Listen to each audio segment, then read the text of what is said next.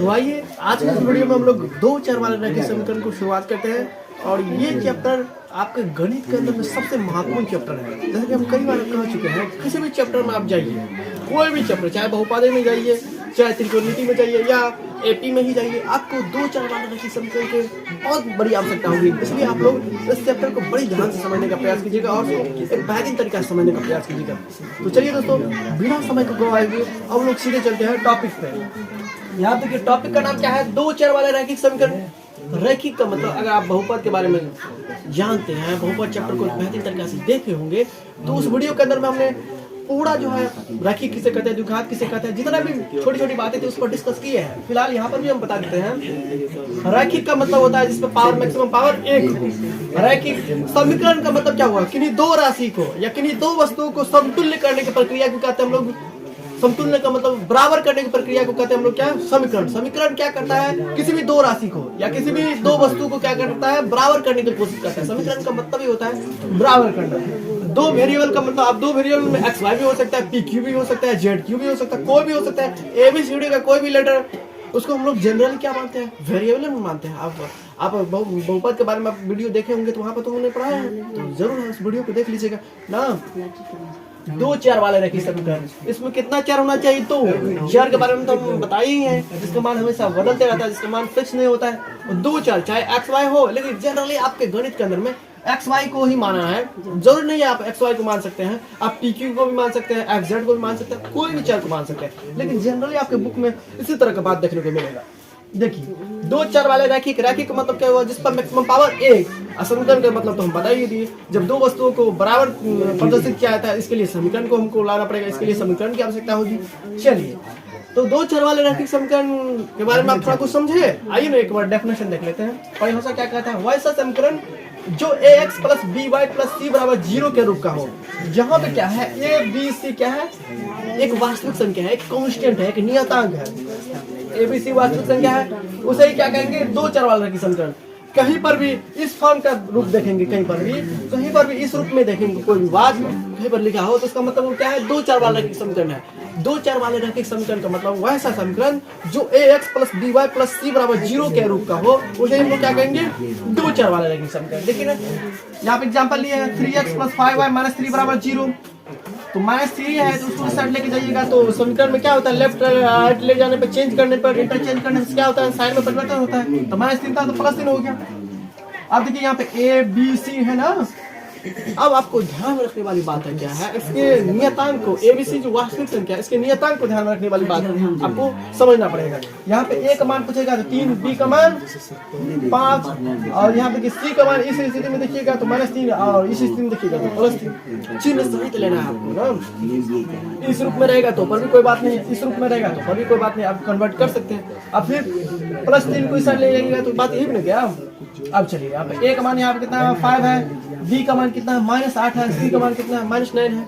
अब इस स्थिति को देखते हुए आपको यहाँ पे हम ये बात समझाने की कोशिश कर रहे हैं कि आपको एबीसी का मान कहीं पर भी आपको कहेगा निकालने के लिए, तो आप लोग निकाल लीजिएगा। यहाँ से क्वेश्चन आने की संभावना बहुत ज्यादा रहती है।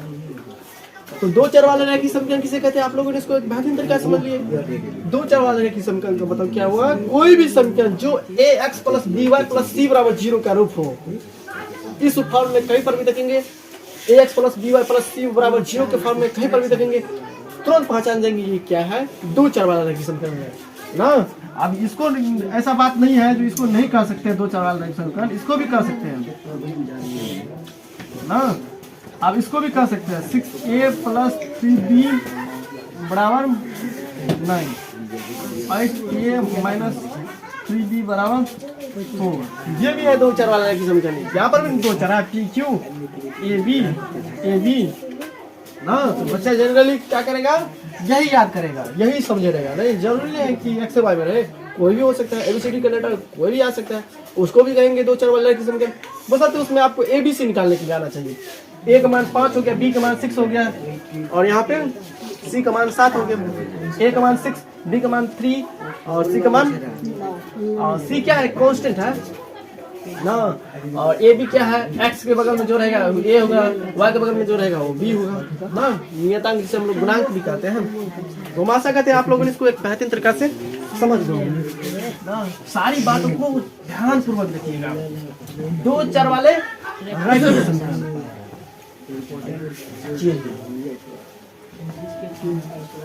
कुछ मुझ थ्योरी पढ़ना है।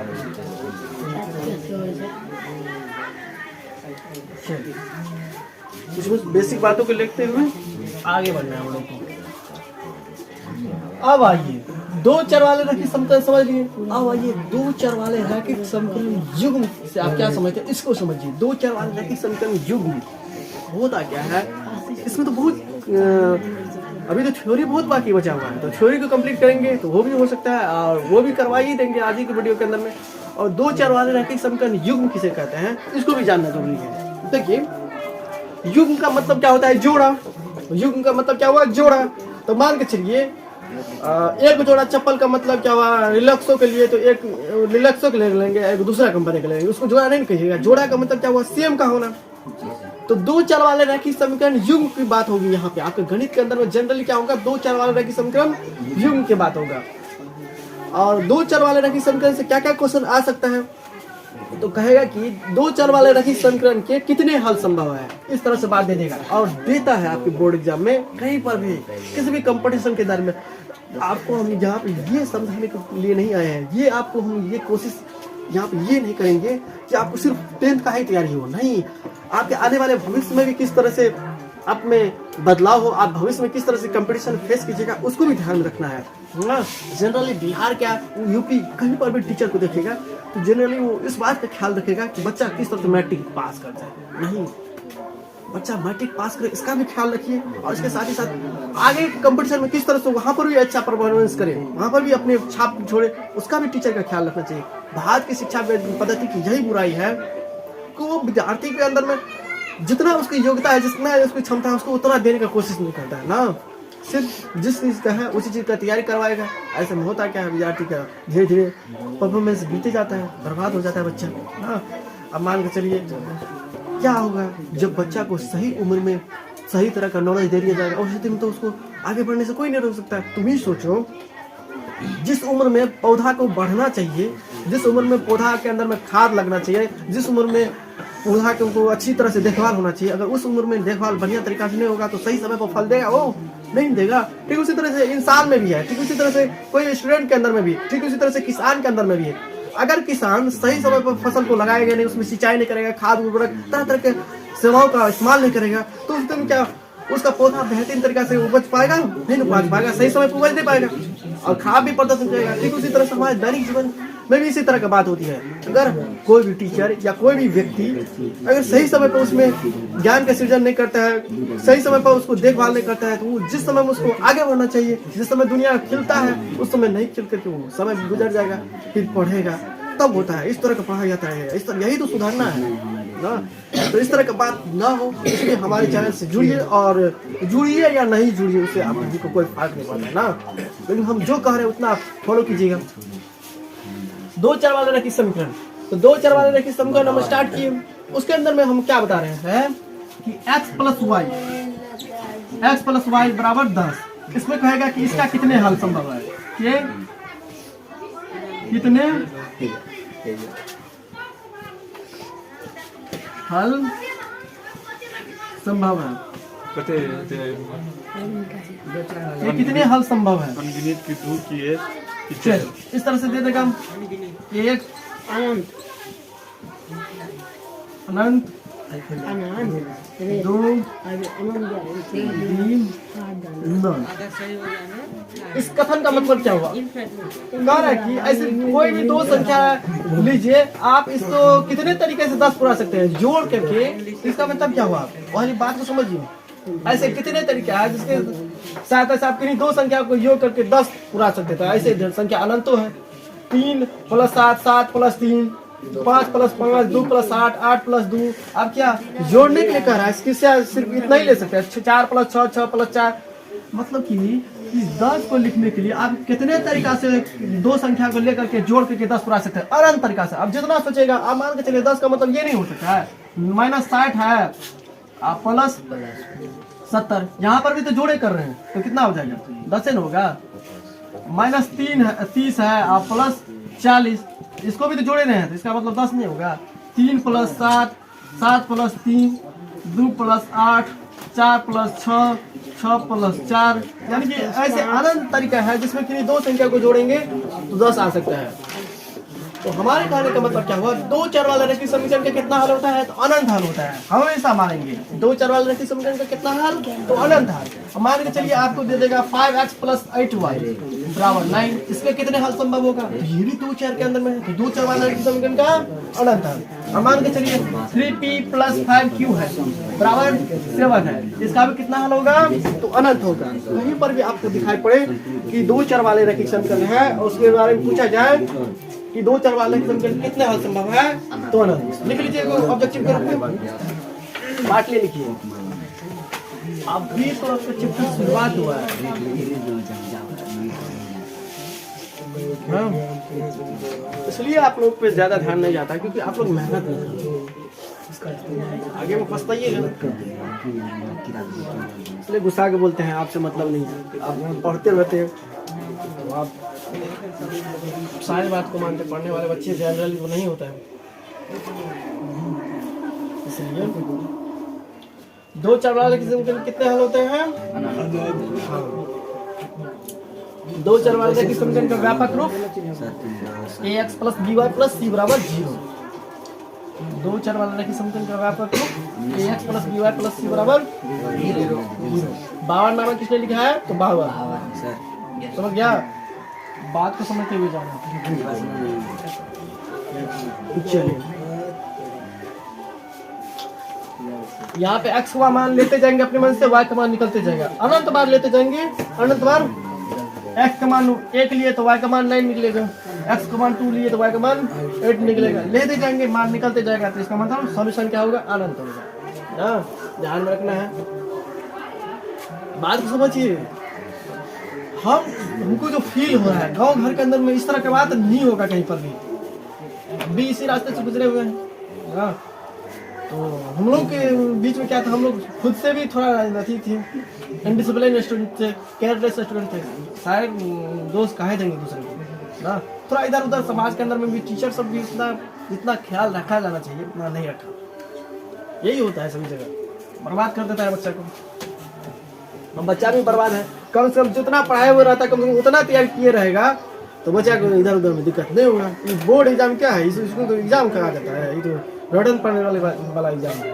बस 10 क्वेश्चन फर्स्ट पढ़िए उसमें एम करेगा, ऐसे नहीं बनना है, आगे के बारे में सोचना है। चलिए, तो इतना बात जान लिए। आप दो चर वाले रैखिक समीकरण युग्म के बारे में जानेंगे, जोड़ा के बारे में जानेंगे। एक जोड़ा का मतलब क्या हो, कोई भी चीज सेम का होना। एक जोड़ा बल्ब का मतलब एलईडी के लिए तो एलईडी के लिए लेंगे, फिलिप्स का लिए है तो फिलिप्स का लेंगे। एक जोड़ा पंखा का मतलब क्या हुआ, अगर तूफान के ले रहे हैं तो तूफाने को दो वो चीज। जोड़ा का मतलब कोई भी चीज सेम का होना ना। तो दो चर वाले रैखिक समीकरण युग्म के बारे में आप जानिए। तो उसको लिखते हैं, इसका व्यापक रूप a1x + b1y + c1 = 0, a2x + b2y + c2 = 0। अब देखो यहाँ पे बात समझिए, एक्स वाई में है वेरिएबल, तो एक्स वाई में वेरिएबल है और दोनों के अंदर वही एक्स वाई है वेरिएबल। तो इसका मतलब क्या हुआ, इसको क्या कहेंगे हम लोग, दो चर वाले रैखिक समीकरण युग्म। देखिए यहाँ पे जैसे मान के चलिए 3x हो गया, 8y हो गया -9 = 0, 5x हो गया +4y हो गया +8 = 0। इस तरह की बात आ जाए इसको क्या कहेंगे, युग्म कहेंगे, क्योंकि वेरिएबल समान है, x है x है तो x है, y है तो y। दो को जो लिए हैं समीकरण, दोनों समीकरण क्या है, उसमें के अंदर में क्या है, वेरिएबल समान है, तो उसको क्या कहेंगे, दो चर वाले रैखिक समीकरण युग्म। उसको क्या कहेंगे, युग्म कहेंगे, क्योंकि जोड़ा के रूप में है, जोड़ा के रूप में भी है और उसके बाद समान में भी है। आप इसको नहीं कह सकते हैं 3x + 8y - 9 = 0 और 3x + 8z + 5 = इसको दो चर वाले रैखिक समीकरण युग्म नहीं कहेंगे। क्यों, क्योंकि यहाँ पे वेरिएबल चेंज हो गया।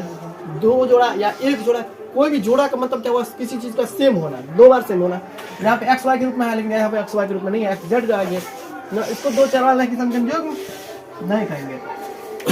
आपको बस इस बात का ख्याल रखना है, क्या आपको यहाँ पूछेगा a1 b1 c1 A2 B2 C2। तो पहले समीकरण जो आएगा, पहला समीकरण के अंदर में A1 B1 C1, दूसरा समीकरण के अंदर में A2 B2 C2 बात को ध्यान में रखिए ना। दूसरा समीकरण के अंदर में A2 B2 C2 कांस्टेंट को ध्यान में रखना जरूरी है, वहाँ काम आएगा आपको कहीं पर भी, कहीं पर भी इस तरह के बात काम आएगा। A1 B1 C1 A2 B2 C2। तो पहले समीकरण के अंदर में वैसे हम जनरली बता देते हैं ax plus by plus c बराबर 0, 2 4 वाले रैखिक समीकरण का व्यापक होगा, वो रैखिक समीकरण का व्यापक रूप यहाँ पर आ गया। रैखिक समीकरण तो है लेकिन युग्म में है, जोड़ा के रूप में। अब उस स्थिति में यहाँ पे पूछ देगा क्या, बताइए इसमें a1 b1 c1 का मान। तो a1 का मान क्या हो जाएगा इस समीकरण के अंदर, यहाँ a1 का मान कितना हो जाएगा, a1 का मान यहाँ पर 9 के जैसे लिखते हैं, हो सकता है आपको दिक्कत आए। a1 का मान कितना हो जाएगा, b1 का मान कितना हो जाएगा, c1 का मान कितना हो जाएगा -9। पहला समीकरण के लिए हमेशा a1 b1 c1, दूसरा के लिए a2 का मान कितना हो जाएगा 5। ये बेसिक है तो ये बेसिक को भी समझना जरूरी है। c2 का मान कितना हो जाएगा 8 हो जाएगा। ये बात को समझते जाइए, फिर दोबारा मौका नहीं मिलेगा। हम एक बात को यहाँ पे शुरुआत किए हुए हैं, 10 बार 20 बार पढ़ेंगे, नहीं जिसको समझ में आए एक बार में नहीं बताएंगे, हमको कोई जरूरी नहीं। बात को समझिए। चलो 4x माइनस 3y बराबर 6, 8x माइनस 6y बराबर 12। इसमें कहेगा a1 b1 c1 का मान बताने के लिए। ये क्या है, 2 4 वाले रैखिक समीकरण क्या है, रैखिक समीकरण a1 बराबर 2 4 वाले रैखिक समीकरण u, 2 4 वाले रैखिक समीकरण u। देखो बता रहे हैं, ये पहला समीकरण हुआ, तो पहला समीकरण के अंदर में a1 b1 c1, ये दूसरा समीकरण हुआ a2 b2 c2। बात ध्यान रखिए, a1 b1 c1 पहला समीकरण के लिए हमेशा a1 b1 c1। ये a1 b1 c1 क्या है, कांस्टेंट है, वास्तविक संख्या है। तो वास्तविक संख्या है, अब जब ये आप वास्तविक संख्या समझ रहे हैं, इसका मतलब संख्या के बारे में a1 का मतलब 3, b1 का मतलब 8, c1 का मतलब -9, चिन्ह सहित लिखना है। और दूसरा देखिए a2 का मतलब 5, b2 का मतलब 4, c2 का मतलब, अब इसी आधार पर इसको भी लिखेंगे। लिखना है तो क्वेश्चन के रूप में लिख लीजिए ताकि याद रहे कि आपको a1 b1 c1 पहचानने में दिक्कत नहीं हो। अब यहाँ पर भी इसको भी लिखेंगे, तो यहाँ पे लिख सकते हैं, छोटी छोटी बातों को ध्यान रखते हुए आगे निकलना है। 4 b1 का मतलब -3, c1 का मतलब 6, a2 का मतलब 8, b2 का मतलब -6, c2 का मतलब 12। चिन्ह सहित लिखना है आपने। दुनिया बड़ा जालिम है, जब समय बीत जाएगा सही का नहीं होगा।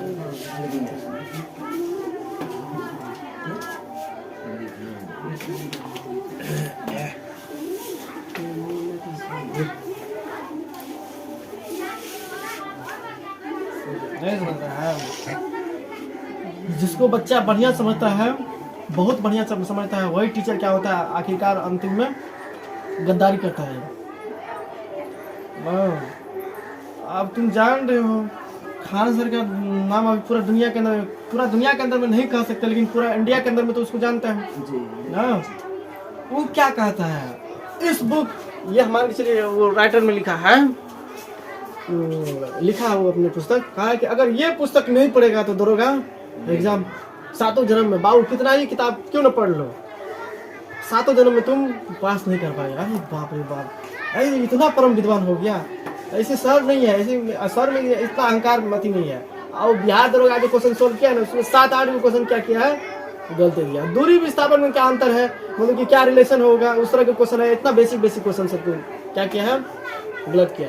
7-8 को क्वेश्चन हमको लगता है 9-10 को क्वेश्चन है। अब कहा कि फिर एक ही पुस्तक से 71 को क्वेश्चन पूछ दिया, ये कहाँ का न्याय की बात है। अरे बाप रे बाप, जरा कि जैसे लगता है कि पूरा परम विद्वान है। हम जानते हैं परम विद्वान है ये है, उसके सामने वो हम लोग का औकात नहीं है, क्योंकि वो एंटरटेनमेंट करके इधर उधर लड़का लड़की का बात करके उधर उधर करके बात को सब्सक्राइबर तो पूरा लिया है ना, यही नहीं करता है। उसका हर एक वीडियो में देखो ना वही सब रहेगा बात ना, हम उतना देखते नहीं उसका वीडियो ना। लेकिन क्या कहा है ये कहाँ की न्याय बात है, न्याय की बात है। आयोग, बाप रे बाप, बीपीएससी का आयोग कह रहा है कि हमारे पुस्तक खरीद करके तब उसमें क्या किया है, घर में जा करके तब उसमें से क्या किया है, क्वेश्चन हमारे बुक से देख करके तब क्वेश्चन सेट किया है। अरे बीपीएससी का आयोग तुमसे बकने रहे हैं, यूपीएससी क्वालिफाई किया, आईएएस क्वालिफाई, वो एसएससी एग्जाम निकाल के दिखा देता, समझ जाएंगे। अब तुम टीचर के एग्जाम निकाल सकते हो, एक एसएससी एग्जाम निकाल के दिखा देगा ना, तो हम समझ जाएंगे उसको। कहा गया हमारे पुस्तक, ये कहाँ के न्याय की बात है। बीपीएससी आयोग जो है, जो क्वेश्चन बनाता है, क्वेश्चन जो सेट करता है, वो जो है दुर्गा इतना बढ़िया एग्जाम, वो कह रहा है कि हमारे बुक को खरीद करके फिर घर में ले जा करके उसमें से निचोड़ करके उसमें से क्या है 71 क्वेश्चन सेम टू सेम हूबहू क्वेश्चन हमें से पूछ लिया है, हमें इसी बुक से पूछ लिया। अरे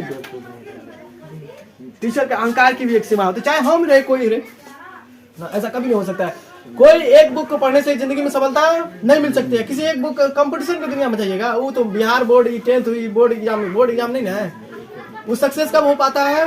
कोई एग्जाम आप बोर्ड स्तरीय एग्जाम दीजिएगा तब सक्सेस हो पाइएगा ना।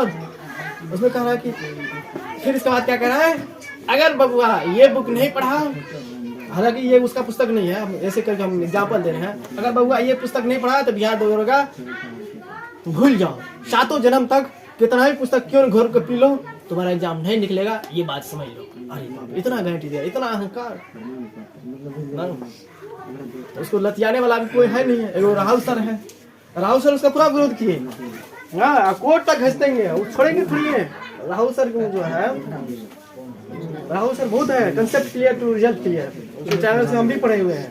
पहली बार हम कर रहे हैं। राहुल सर जो है पटने का है ना, राहुल सर और एक और टीचर है जो दरोगा फैक्ट्री नाम से जाना जाता है। हम किसी टीचर का वीडियो नहीं देखते हैं ना, लेकिन राहुल सर का वीडियो कभी कभी मौका मिलता है देखते हैं। क्यों? क्योंकि वो कंसेप्ट की बात करता है, बढ़िया है। उसका चैनल का नाम है क्या है, concept clear to result clear. हालांकि वो उसके मन में ये, वो टीचर जो है उस तरह की बात नहीं, किसी टीचर का जल्दी नाम नहीं लेगा, उसका विरोध भी नहीं करेगा। उसके जो है विरोध करने वाला टीचर नहीं है, वो टीचर ही अलग किस्म का है, उसके अंदर में उस तरह की एबिलिटी है जिसका वर्णन नहीं कर सकता। दूसरे अलग किस्म का टीचर है वो, उससे हम भी पढ़े हुए। तो उसके पास वीडियो गया, वो 71 वाला क्वेश्चन वाला एक थंबनेल में लिखा हुआ था, जो 71 का क्वेश्चन हमारी बुक से ही निकल कहा गया। तो उस तरह का बात था। ये वीडियो देखा, 71 को मतलब 10 क्वेश्चन गलती लिखा, आंसर को 8-9 क्वेश्चन का आंसर। हम उसका बुराई नहीं कर रहे हैं, क्योंकि हम लोग के पास उतना एबिलिटी नहीं है, वो बहुत आगे निकल चुका है। लेकिन ये बात का, ये कथन का हमेशा विरोध किया जाना चाहिए, सिर्फ यही किताब पढ़ने से आपको सफलता मिलेगी, ये सरासर झूठ है। सिर्फ एक ही किताब से आपको कंपटीशन में सफलता मिल जाएगी, ये कदापि नहीं हो सकता, कहीं पर भी नहीं हो सकता ना। उसमें लिखा है क्या है, बिहार का क्षेत्रफल जो है कितना होता है। देखो ये पेज नंबर करके कि हमारे बुक से इतना पेज के अंदर में, कौन सा पुस्तक का लेखक ये पेज नंबर करके इतना। अरे बिहार का वो जो है नॉर्मल क्वेश्चन सब किस बुक के अंदर में नहीं होगा, वही सब विरोध किए। वो सब ही बुक के अंदर में रहता है। संयुक्त राष्ट्र विकास कार्यक्रम मानव विकास की रिपोर्ट जारी करता है, किस बुक के अंदर में नहीं है, 9th-10th के अंदर में कह सिर्फ हमारे बुक में है। ओ 71 को क्वेश्चन है। अरे तो ये कहाँ के न्याय की बात है। अभी तो वचन आता है मिलने के लिए खान से। हाँ, खान सर से तो वही तो फेमस तो हो गया है, अभी तुम लोग ने फेमस किए हैं ना, उसका वीडियो देख करके हम ही तुम लोग फेमस किए। वो सच में अच्छा भी है, लेकिन थोड़ा कुछ देखना भी नहीं चाहिए भाई। अब कितना हमको सोच में अब डर लग रहा है, जो विद्यार्थी देखा होगा अब कितना उसको कंफ्यूजन हुआ होगा। अब इतना इंटरनेशनल मुद्दा समझाता है, अरे उनको लगा कितना गलती पढ़ाया होगा। राहुल सर देखे नहीं है, हम लोग भी नहीं देखे हैं। राहुल सर एक मात्र उसका वीडियो देखे, इतना कमी निकाल दिए, कमी निकालने दिए, उसके बाद को ऐसा आया जो ऐसा बात बोल दिए ना, बबुआ तुम 10 को 20 को किताब क्यों न पढ़ लो, अगर ये बुक नहीं पढ़ा तुम्हारा सिलेक्शन नहीं होने वाला है, जाओ फेल हो जाओ।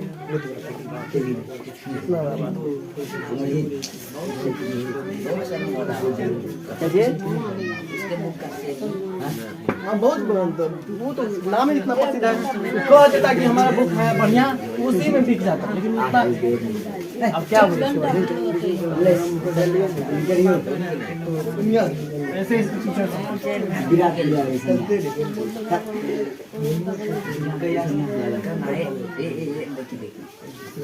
ये डॉक्टर विवेक बिंद्रा संदीप महेश्वरी में लड़ाई हो रहा है ना अभी, बढ़िया चल रहा है सोशल मीडिया पे। एक और टीचर आ गया, राहुल वर्सेस खान सर, पूरा अभी युद्ध चल रहा है इसमें। राहुल सर केस कर देंगे, केस करेंगे यार, तो बोले हैं क्षमा मांगने के लिए। अभी तक कुछ कहा भी नहीं है, अभी तक वीडियो पड़ल है, तुम जाकर देख सकते हैं। हमने लिख दिया है एक ही पुस्तक से 71 को क्वेश्चन आ गया, ये कहाँ की न्याय की बात है। बीपीएससी आयोग ने हमारे पुस्तक ले जाकर के और सेम टू सेम क्या कहते हैं फिल्म बना लिया। बीपीएससी आयोग उससे कमजोर थोड़ी होगा।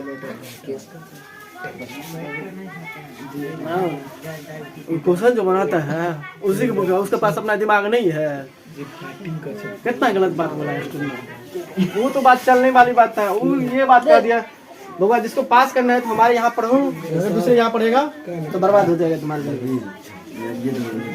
2 लाख पढ़ाता है, 2 लाख में दूसरे रिजल्ट आ जाता है, बहुत बढ़िया है। 20 लाख पढ़ा रहा है, उसमें 1 लाख 20 लाख पढ़ा रहा है, उसमें 500 बच्चा पास कर गया तो बहुत बढ़िया टीचर हो गया। नहीं सर पर 5 मिनट 500 बच्चा पास नहीं करता है, वही तो वैसे ही वो सोशल मीडिया पर हो हल्ला है दे दे क्या। हाँ देखिए कीर्ति सर के बारे में देखो, वो कभी अपना अहंकार नहीं दिखाया, कभी बोलता ही नहीं अपने बारे में। बड़ा फेमस टीचर है वो, टीचर है, उसको गुरुजी कहा जा सकता है। कीर्ति सर बहुत बढ़िया टीचर है। राहुल सर भी बढ़िया टीचर है, क्योंकि वो भी किसी के बारे में बुराई नहीं करता है, जनरली नहीं करेगा वो किसी के बारे में। अलग पांडे वो भी बढ़िया है, वो भी जल्दी की चार्ज नहीं करेगा।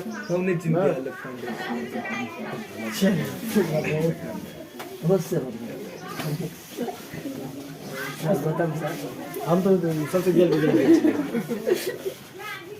चलिए हम लोग उसके सामने कुछ नहीं। इंद्रकांत सर तक वो देखता है, हम नहीं देखते किसी को।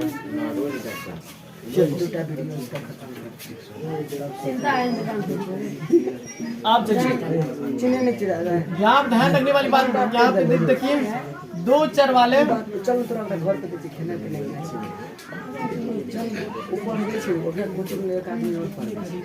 संकरण युग्मकाल बीजगणितीय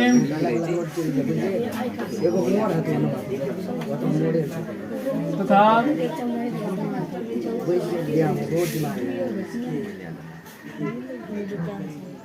अरे बात छोड़ 2 चर वाले रैखिक समीकरण युग्म का बीजगणित तथा ग्राफीय है। 2 चर वाले रैखिक समीकरण युग्म का बीजगणितीय तथा ग्राफीय है। चलो यहाँ पे समझो, तो 2 चर वाले रैखिक समीकरण के बीजगणितीय तथा ग्राफीय है।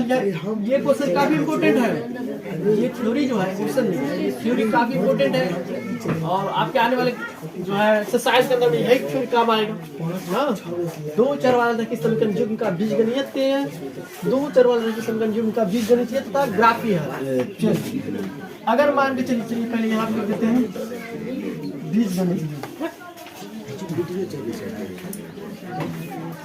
बीजगणितीय हल है यहाँ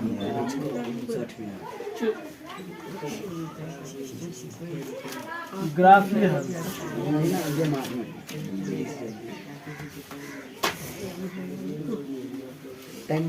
बीजगणितीय तथा ग्राफीय हल।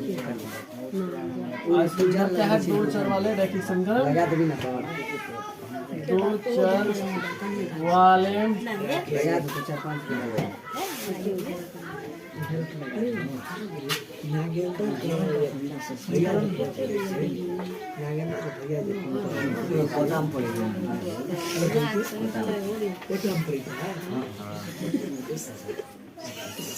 दो चार वाला की समीकरण जो है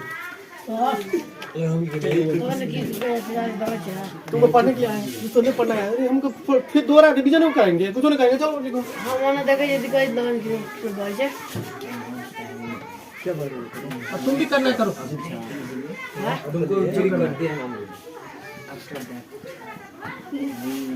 अरे चलो बाद में करो बुआ। अब तुमको जो मन है करो। अब मूड गरमाएगा तो बात सुन लेगा तुम छोड़िए देगा पढ़ने में। हम छोड़िए कहते किसी बात अब मने भर गया चल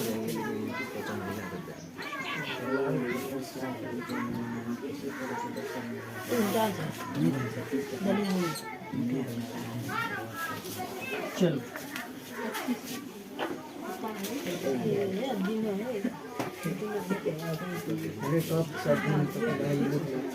A1 बटे A2 नॉट इक्वल टू, अगर किसी भी दो चर वाले की समीकरण युग्म के अंदर में दोनों कांस्टेंट के दोनों निकाय के दोनों समीकरण के कांस्टेंट को क्या करेंगे, दोनों निकाय के समीकरण के कांस्टेंट को जब बराबर करते हैं, अगर उस स्थिति में क्या होता है, अगर बराबर नहीं आता है तो उस स्थिति में बीजगणितीय हल क्या होगा, एक हल होगा। जब हल निकल रहा है तो इसका मतलब क्या हुआ, ऐसे समीकरण को क्या कहेंगे, संगत ना। इसको दूसरे नाम से भी जानते हैं अविरोधी। इसका क्या होगा, प्रतिच्छेदी। प्रतिच्छेदी, प्रतिच्छेदी का मतलब ऐसे है, ऐसे ऐसे ऐसे क्रॉस करेगा। जब सब कुछ बराबर रहता है, जब आदमी पंचायत के अंदर में सब एक दूसरे का बात मान लेता है, इसका मतलब बहुत ज्यादा फैसला सही हुआ, अनंत हल हुआ, अनंत हल। इसको हम समझा देंगे बढ़िया। ऐसे समीकरण को क्या कहेंगे, संगत ना, अनंत हल हो गया।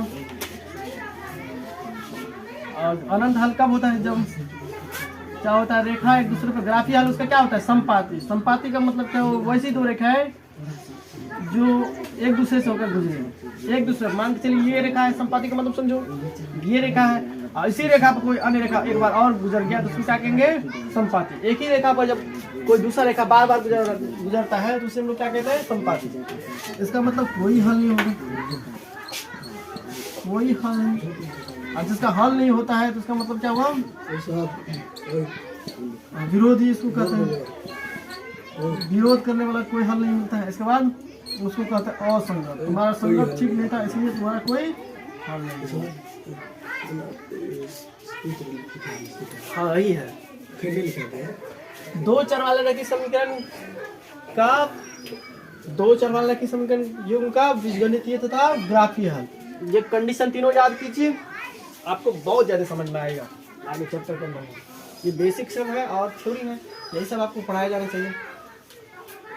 जब ऐसा कंडीशन आ जाए, बराबर कहीं पर भी नहीं मिल रहा है, सेम टू सेम नहीं आ रहा है, बराबर नहीं आ रहा है कोई भी कांस्टेंट, तो उस स्थिति में क्या करेंगे, उसका हल क्या होगा, संगत।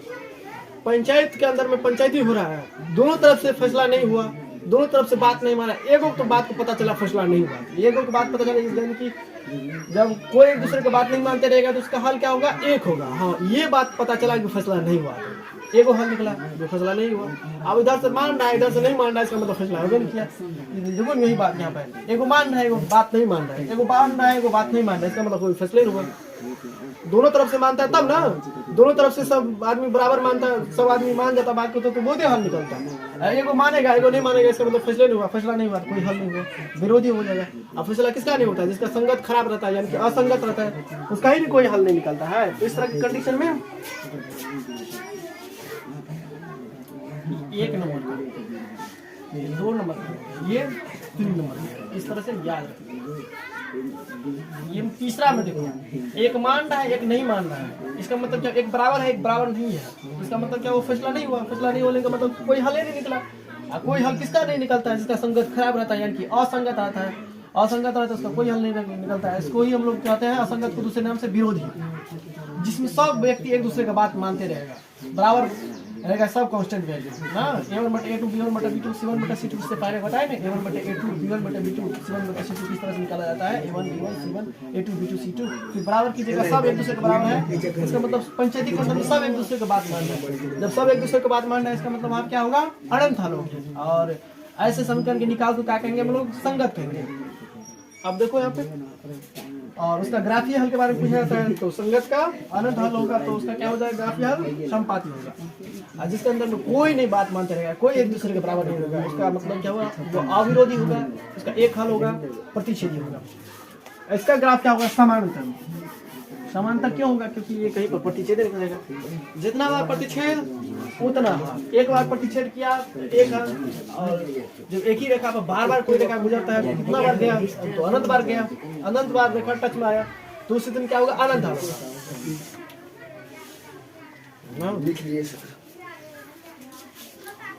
इसको लिखते जाइए, बढ़िया से तैयारी कर लीजिए। 2 चर वाले रेखीय समीकरण का बीजगणितीय तथा ग्राफीय हल। ध्यान से पढ़ते जाइए, समझते जाइए। ये दो टर्म, ये इसका मतलब तो समांतर होगा ना, इसका मतलब समांतर।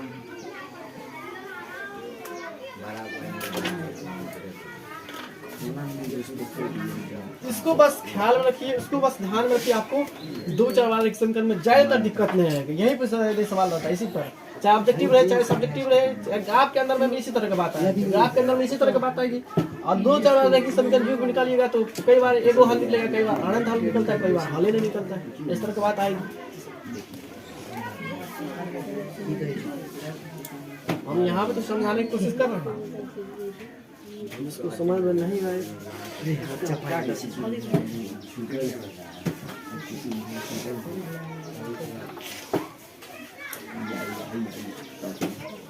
बात को थोड़ा सा समझे। Yes sir. कि गांव घर के अंदर में, गांव घर के बाद से समझिए इस बात को। गांव घर के अंदर में अगर मान के चलिए पंचायत बैठा उस स्थिति में मान के चलिए कोई एक दूसरे का बात नहीं मान रहा है, तो अंतिम में एगो तो फचा निकला, कोई बात माने नहीं रहा, एगो हल निकला, कोई बात माने नहीं रहा। तो यहाँ पे कोई एक दूसरे का बात मान रहा है, कोई जब एक दूसरे का बात नहीं मान रहा है तो उस दिन एगो फैसला हुआ, कोई बात नहीं हुआ, फैसला हल नहीं निकला, एगो हल निकला जो फैसला नहीं हुआ, तो उसका ग्राफीय हल पूछेगा तो क्या ग्राफीय हल क्या जवाब देंगे, प्रतिच्छेदी। प्रतिच्छेदी का मतलब जहाँ पर एक बार सिर्फ टच किया हो, ग्राफ को जितना बार टच उतना बार उतना हल। एक ही ग्राफ के अंदर में, एक ही लाइन के अंदर में, उसी लाइन पर जो है दोबारा कोई रेखा गुजरेगा तो बहुत बार स्पर्श किया होगा, बहुत बार टच किया होगा, तो जब बहुत बार टच करेगा उसका अनंत हल। कैसे, देखो यहाँ पे पंचायत के अंदर में सब व्यक्ति एक दूसरे का बात मानेगा तो उसी दिन क्या होगा, अनंत हल होगा ना। सब एक दूसरे का बात मान रहा है तो कई तरह का हल हो सकते हैं, कई तरह का हल निकाले, वो उसका मान सकता है, वो उसका मान सकता है, वो उसका मान सकता है, तो उस प्रॉब्लम का अनंत हल हो सकता है। तो इसका मतलब पंचायत के अंदर में जब सब व्यक्ति एक दूसरे का बात मानेगा तो उसका हल कितना हो जाएगा, अनंत। और उसका ग्राफीय हल क्या हो जाएगा, संपाती। संपाती का मतलब एक ही रेखा पर जब कोई दूसरी रेखा बार बार गुजरती है तो उसे हम लोग क्या कहते हैं, संपाती। जब पंचायत के अंदर में एगो बात माना, एगो नहीं बात माना, फैसला हुए नहीं ना, इससे कोई पता नहीं चलता, एगो बात माना, एगो बात नहीं माना, फैसला तो हुआ नहीं। तो फैसला जब हुआ नहीं तो उस स्थिति में उसका ग्राफीय हल क्या हो जाएगा, समांतर। समांतर क्यों होगा, क्योंकि पंचायत के अंदर में कोई फैसला होता तब न क्रॉस करता, तब न मिलन होता या कोई बात होता। अगर फैसले न माना है तो दूर तो भाग गया ना, समांतर हो गया।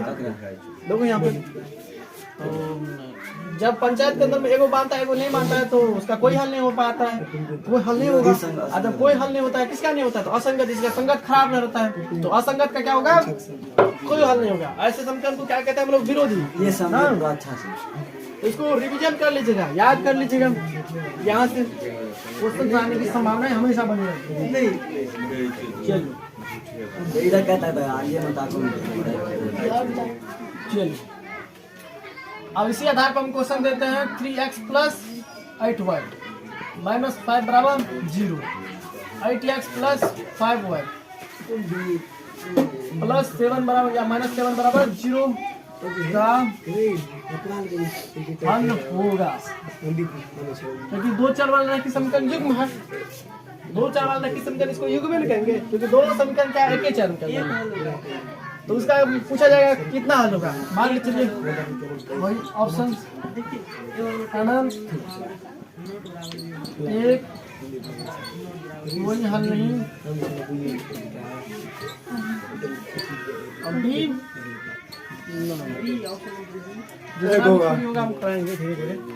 फिलहाल अभी ध्यान रखिए यहाँ पे इसको क्या कहेंगे, A1 B1 C1 A2 B2 C2, तो A1 बटा A2 B2 कितना हो जाएगा? 3 बट्टा 8 बराबर कीजिए 8 बट्टा 5 माइनस 5 बट्टा माइनस 7 7। चिन्ह सहित लिखना है, तो माइनस से माइनस तो कट गया, तो 3 बट्टा 8 जो कि एक दूसरे के बराबर नहीं है। 8 बट्टा 5 बराबर 9। एक हल होगा इसके। ये किस फॉर्म कर रहा है? A1 बट्टा एक हल आ बेटे B1 बट्टा C1 बटा C2 हां एक होगा। एक हल होगा इस फॉर्म में जब ये आ जाएगा तो इससे पहले जस्ट अभी पढ़ाए हैं। अगर ग्राफीय हल पूछता तो प्रतिच्छेदी होता ना। अब इसी क्वेश्चन के रूप में दे देता कि दिए गए समीकरण निकाय का ग्राफीय हल क्या होगा? तो प्रतिच्छेदी, वही जो इससे पहले हम पढ़ाए, वो जो था थ्योरी, उनको ध्यान में रखिएगा, वही से क्वेश्चन आएगा। अब एक ही हल क्यों होता है, अब उसको समझाएंगे ना। अब विलोपन विधि से, प्रतिस्थापन विधि से या वृद्धि विधि से समीकरण को सॉल्व कीजिएगा, वहाँ पे आपको समझ में आ जाएगा आखिरकार एक ही हल क्यों होगा। तो आने वाले क्लास के अंदर में आपको देखने को मिलेगा। धैर्य रखिए, बात को समझिए। जब कंडीशन फॉलो एक दूसरे के साथ नहीं होगा, कंडीशन का मतलब क्या हुआ? हमारे बात को थोड़ा उल्टा पुल्टा बोलते रहते हैं, थोड़ा दिमाग लगाएगा। जब कोई पंचायत के अंदर में बात नहीं मानते रहेगा, कोई भी बात मानेगा, उसका हल क्या रखना होगा? एक हल होगा। ग्राफी के बारे में पूछा जाएगा तो प्रतिच्छेदी होगा। ध्यान में रखना है इसको।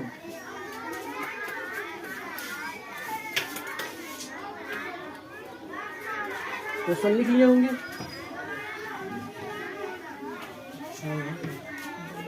ये समय आपको बड़ा दर्द देगा अगर अभी से नहीं सुधरा ना। किसी ने समय से पूछा तुम इतने महान और शक्तिशाली क्यों हो, पूरा दुनिया तुम्हारे पीछे क्यों दौड़ता है? तो समय ने ऐसा कहा था, समय ने मुस्कुरा के जवाब दिया, इंसान तू क्या करता है? तुमको थोड़ा सा भी तकलीफ हुआ, बुखार हुआ, थोड़ा सा भी कठिनाई आई, थोड़ा सा भी दिक्कत हुआ, तुम क्या करता है? रुक जाता है। हमको देखो, सर्दी लगे, बुखार आए, कैसा भी परिस्थिति हो, हम चलते रहते हैं। हम क्या तुमसे पीछा रहेंगे? कितनी बड़ी बात का है ना। किसी ने समय से पूछा तुम दुनिया के सबसे शक्तिशाली हथियार क्यों हो, तुम दुनिया के सबसे पावर इंसान क्यों हो, तुम दुनिया में सबसे अच्छा आदमी क्यों हो, तुम्हारा दुनिया में सबसे ज्यादा नाम क्यों है? तो उन्होंने मुस्कुरा के कहा, इंसान से कहा कि एक इंसान के अंदर में थोड़ा सा भी दिक्कत आई, थोड़ा सा भी समस्या आई, इंसान रुक जाता है। लेकिन हमारे पास आंधी तूफान बरसात कोई भी समय आए, हम दौड़ते हैं, हम चलते रहते हैं, इसलिए हम आगे हैं। तुम लोग इसलिए पूछे तो बात यहाँ पे कह रहे हैं। ये 2-4 वाला समीकरण आप यहाँ पे समाप्त हो रहा है।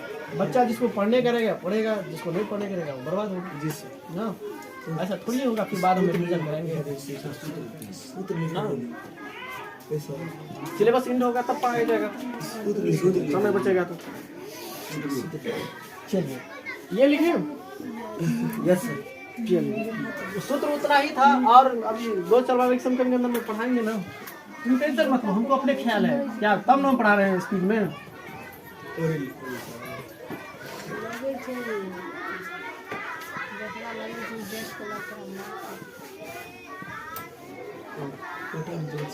नया सवाल है, बनाएंगे इसको। नया उमंग के साथ पढ़ना चाहिए, अभी गप नहीं करना चाहिए। देखो समय कितना आगे निकल चुका है, कितना विद्यार्थी पढ़ाई कर रहा है। इसके बारे में पूछा जाएगा 8x + 5y = 10, 16x + 10y = 20 का ग्राफीय हल क्या होगा? यही क्वेश्चन रहेगा रे। क्या नाम है? क्या ग्राफीय हल क्या होगा? इसी तरह से क्वेश्चन रहेगा ना। संपाती हो। बस तुम ये समझ जाओ। हम खान सर के जैसे नहीं कहेंगे कि हमारे बुक के अंदर में जो लिख दिए हैं वही रहेगा, उसी टाइप का रहेगा। इसका संपाती होगा। ग्राफीय हल क्या होगा? बड़ों से किसी का नाम लेके वीडियो को भी खराब कर दो।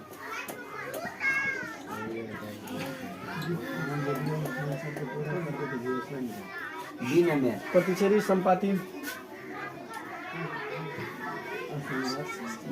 संपाती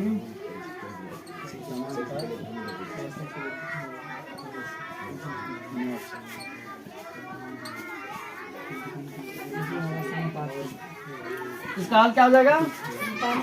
यो हल होगा कि फिर सब एक दूसरे के बराबर है। A1 बटे A2 कीजिए तो 8 बटा 16 बराबर B1 बटे B2 5 बटा 10 C1 बटे C2 10 बटा 10 का 10 10 9 20 5 का 5 5 9 10 8 का 8 8 9 16 सब एक बटे 2 1 बटे 2 1 बटे 2। अब किताब जाती को यहीं पे समझ में नहीं आता होगा ये यहाँ पे सर कर क्या रहा है। जो पहली बार मैट्रिक के अंदर में पढ़ता होगा इससे पहले शुरुआती में बताई थे ना A1 B1 C1 A2 B2 C2 तो A1 बटा A2 की है यानी कि 8 बटा 16 B1 बटा B2 की है यानी कि 5 बटा 10 C1 बटा C2 की यानी कि 10 बटा 20 और फिर इसके बाद कटने वाला तो काट दिए। जब सब एक दूसरे के बराबर हैं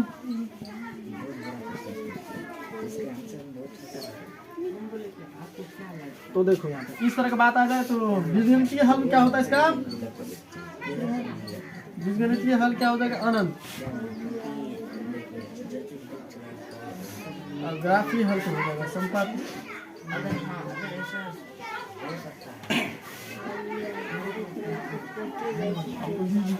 ये किसी दूसरे का काम ये मतलब है अपना कहा गया खुद बदलो दुनिया बदल जाए। इसी क्लास के अंदर में कोई ऐसा बच्चा आ जाए जो पढ़ाई पर हमेशा फोकस करेगा उसको देख करके दूसरा बच्चा समझ जाएगा, दूसरा बच्चा आगे बढ़ जाएगा। 2-4 वाला की समीकरण आपका ये थ्योरी जो है लमसम में खत्म होने जा रहा है।